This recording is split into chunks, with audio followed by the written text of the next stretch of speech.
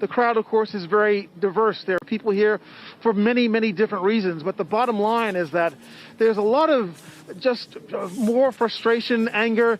This manslaughter charge, people feel just falls very short. They want to see a murder charge. They insist that Mr. Wright was murdered, killed in the streets, and that's what the charge should be.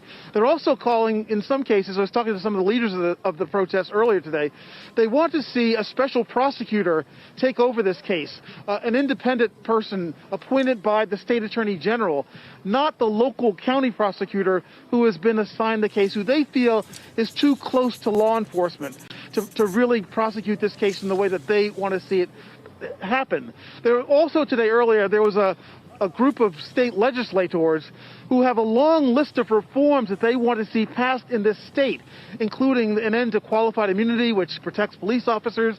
They want to see changes in the juvenile justice system.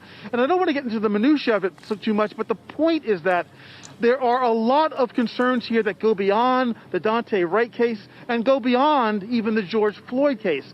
So when you talk to the organizers, they will tell you these protests, there's no end in sight to them.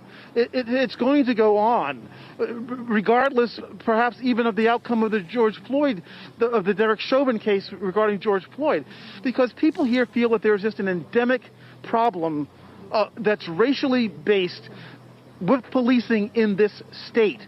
And they think that the manslaughter charge is further evidence of that. A lot of people point to the case of former officer Mohammed Noor, the Minneapolis police officer, who back in 2017 was convicted of murder and manslaughter in the death of a white woman, a resident, who called 911, and Noor and his partner arrived on the scene.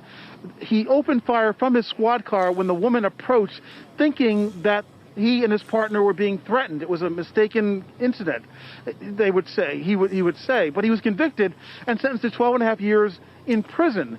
And people see that case and they see what's happening with this white officer, and they just see a double standard.